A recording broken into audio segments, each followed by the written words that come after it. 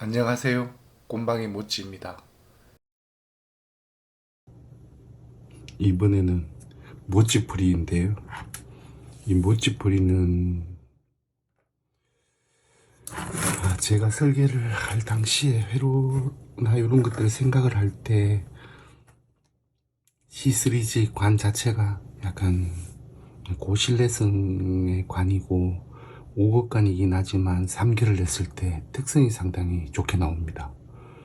그리고 뮤도 제법 높게 나와가지고 트랜스가 9560이라고 3.75 대 1, 1차가 한 7K 대 2차가 600오hm 정도 되는 트랜스, 싱글 트랜스인데 특성 자체는 무지하게 좋습니다. 저희들 때문에 이 제품으로 나와 있다가 최근에는 보니까 이제 더 이상 생산은 되지는 않는 것 같더라고요.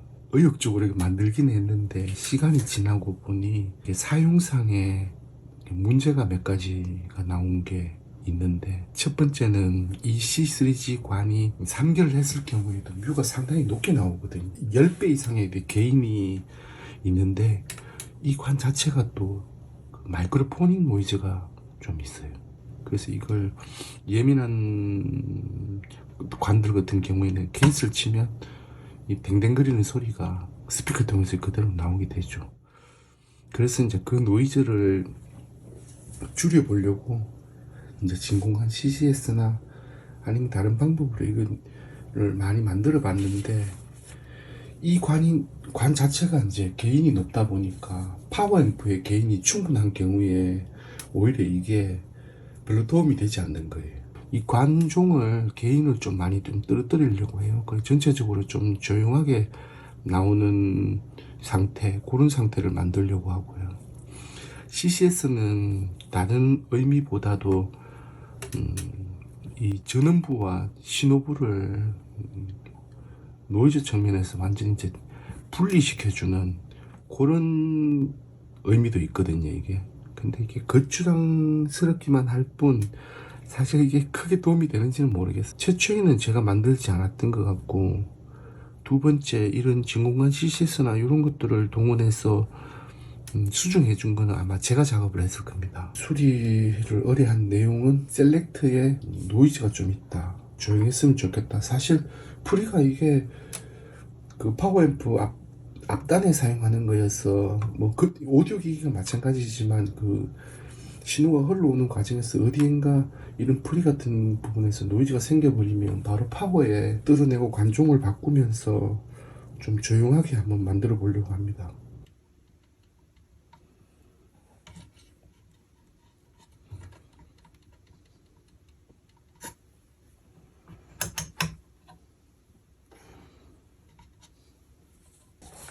신호부나 이런 것도 특별한 문제는 없는 것 같아요. 이 프리앰프의 게인을 전체적으로 지금보다 3분의 1, 2분의 1에서 한 3분의 1 정도는 지금 떨어뜨리려고 합니다. 제가 이 앰프를 만들고 난 이후에 여기 신호부에 트랜스를 걸어서 사용할 수 있는 관종들은 테스트 해본 게 굉장히 많거든요. RP가 비슷하거나 개인이 뭐 높거나 낮거나 간에 소리가 어떤지 들어보려고 다른 관들을 거의 한 10몇 종을 테스트를 해봤는데, 프리에 제일 소리가 마음에 든 건 12AU7이었고, 지금 이런 트랜스 타입의 RP가 높은 관을 사용하기는 어렵거든요.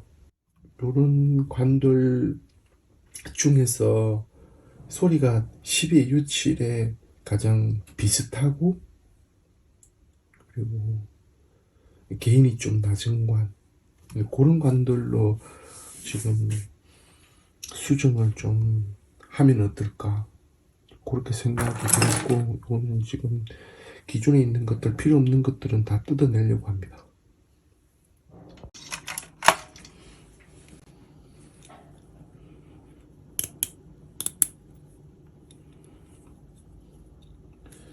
이 앰프가 만든 지 한 지금 시간이 19년 정도 좀 됐어요.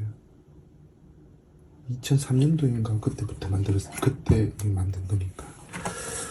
대신 시간이 지나니까 RC 단자 같은 것도 다 헐거워진 것도 있고, 이 배선을 입력선의 배선은 좀 부드러운 선으로 하는 게 좋은데, 이게 굉장히 굵고 힘 있는 이 심선으로 배선을 하다 보니까 이렇게 단자 부위가 떨어져 버리거나 이런 부분이 있어요. 이 접점은 상당히 좋거든요. 이게 알퍼스 일본에서 수입을 한 거기 때문에 접점은 상당히 좋고, 뭐 요것 때문에 노이즈가 생기거나 접점에 이렇게 문제가 생길 여지는 상당히 적은 그런 좋은 부분입니다. 이게 좋은 부분인데, 또 뜯다 보니까 작업량이 상당히 많은데, 이 알퍼스 부분 같은 경우는 또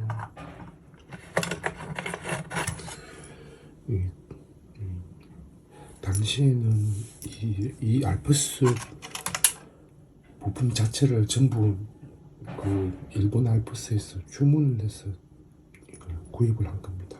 100개 단위로 주문을 받아줘가지고 소량이지만 직접 수입을 한 거거든요. 근데 이게 하부 부위가 개방돼 있다 보니까 먼지 같은 게 들어갔었는지 노이즈가 생기고 하는 경우도 있고, 앰프를 오랫동안 사용하다 보면 이 RC 단자 쪽에 주로 많이 이용하는 부분부터 먼저 이 나사 좋은 게 유격이 점점 생기기 시작해요.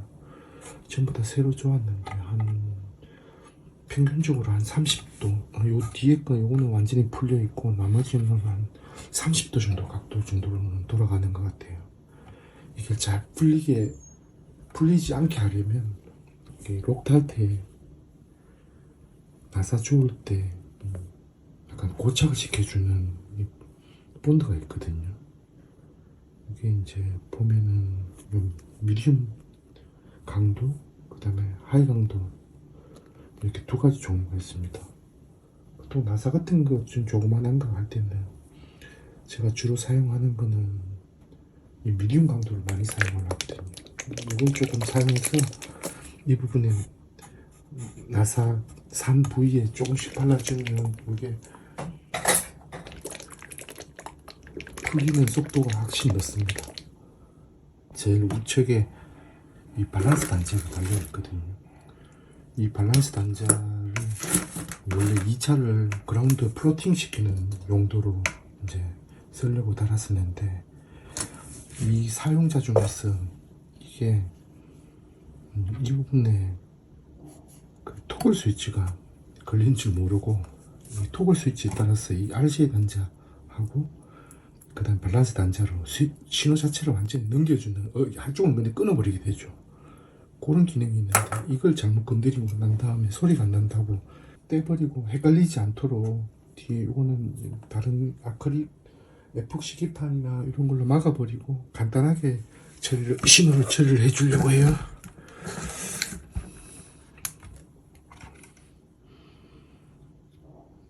작업이 좀 난해합니다.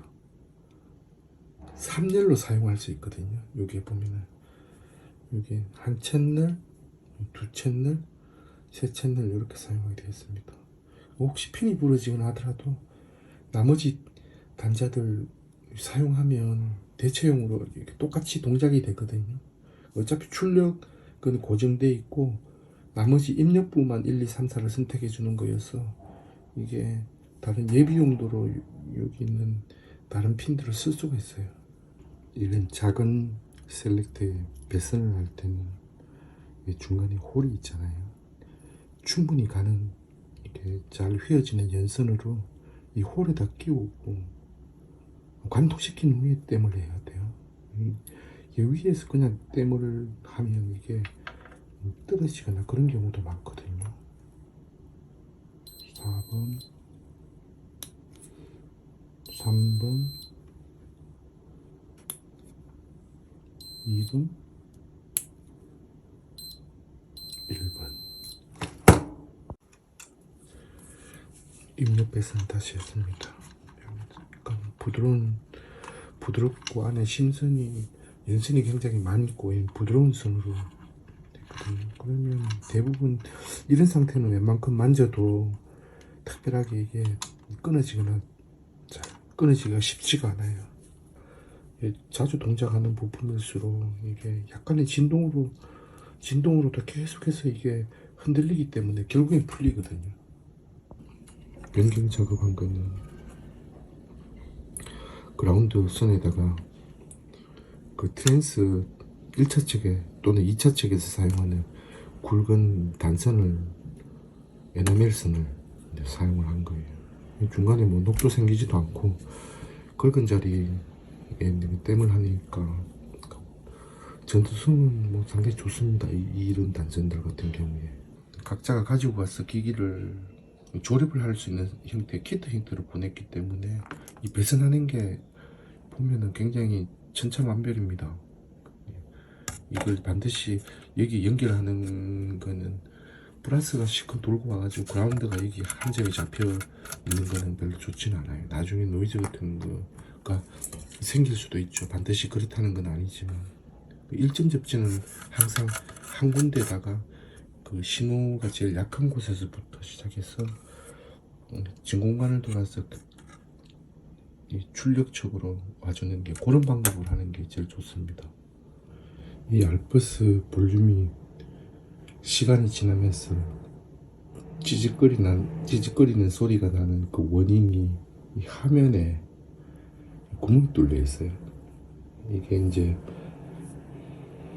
그 가변 저항 영역 부분이 걸어져 있는 PCB인데 이 PCB와 금속 뭉치 사이에 이렇게 공간이 떠 있거든요. 이 부분이 항상 열려 있으니까 이게 먼지가 여기 이제 들어가서 찌직거리는 소리를 내는 원인이 되거든요. 어떻게든 조금 막거나 해서 지금 사용을 해보려고 하는데 내열성이 있는 필름입니다.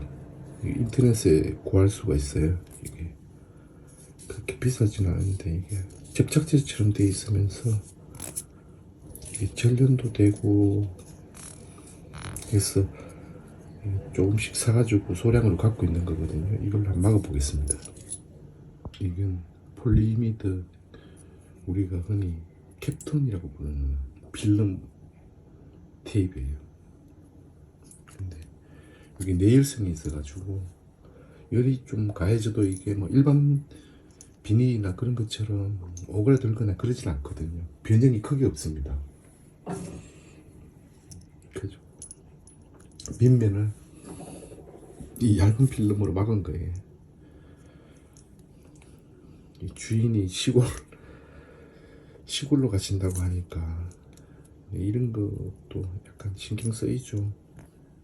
전류가 너무 과다하게 흘렀던 이유가 그라운드 선이 하나 배선하는 과정에서 좀 탈락이 되어 버렸어요. 수정을 했고 바이오스 흐르는 전류 값이 얼마인지 지금 한번 내보시죠.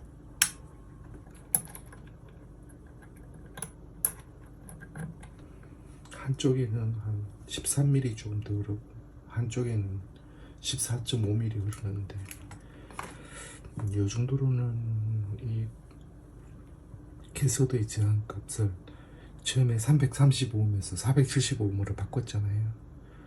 근데 이 정도 같으면 전류가 5687을 동작 상태로는 전류가 조금 작은 편에 속하고 저항 값을 조금 처음에 305ohm과 지금 475ohm 사이였으니까 그 사이의 값을 한번 적정한 값을 한번 찾아보면 될 것 같아요. 트랜스에 공급되는 전압은 172V입니다. 172, 173. 그 다음에 VA는 162ohm. 162V, 164V. 조금 전류가 조금 적게 흘러요. 저항값을 또 한번 수정을 한번 해야 될 것 같네요. 정상적인 5687의 바이오스 전압하고 전류값을 보면 대략 한 25mm 정도 좀 흘리고 VA가 150 정도일 때 200오hm 정도까지 나오거든요. 약간 앞에 300오hm 했을 때랑 약간 좀 혼란스럽긴 한데 270ohm짜리로 한번 바꿔보겠습니다. 개소도 저항을 일단 세 번째로 270ohm 정도로 교체를 했어요. 근데 이게 항상 이 RK를 계산을 할 때 표준 동작점에 표준 그 규칙표에 제시하고 있는 이런 규칙표에 제시하고 있는 이 동작 곡선을 기준으로 RK 값을 계산을 하거든요. 근데 항상 해보면 그 데이터 시트에 나와 있는 거는 표준이라는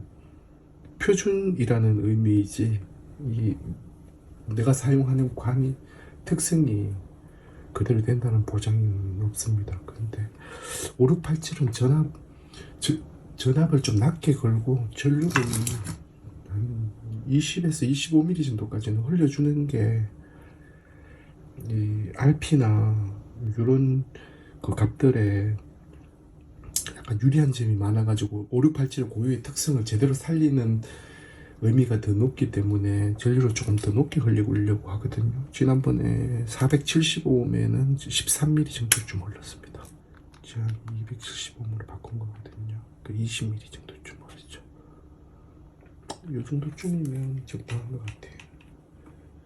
개인적으로 사용할 때는 전류를 한 25에서 30mm까지 사용하기도 하는데 그래봤자 뭐 이게 크게 달라지는 건 없고 또 너무 과도한 전류를 흘리는 것은 또 관의 수명에도 영향을 주거든요. 풀로 사용하면은 아무래도 수명이 좀 짧아지겠죠. 비슷합니다. 한쪽이 조금 적게 흐르네요. 관은 좋은 관입니다. 그 G의 5스타로 사용했거든요. 한쪽에는 한 18, 19 정도 흐르는 것 같네요. 한쪽에는 20 정도 흐르고요. 그러니까 표준 동작점에 그렇게 많이 벗어나지는 않네요.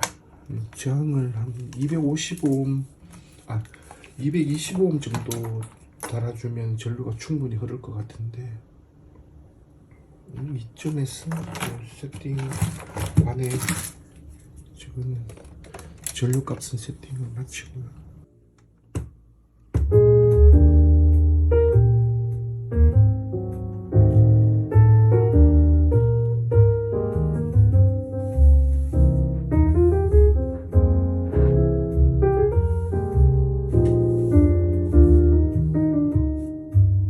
그럼 다음 영상에서 뵙겠습니다. 감사합니다.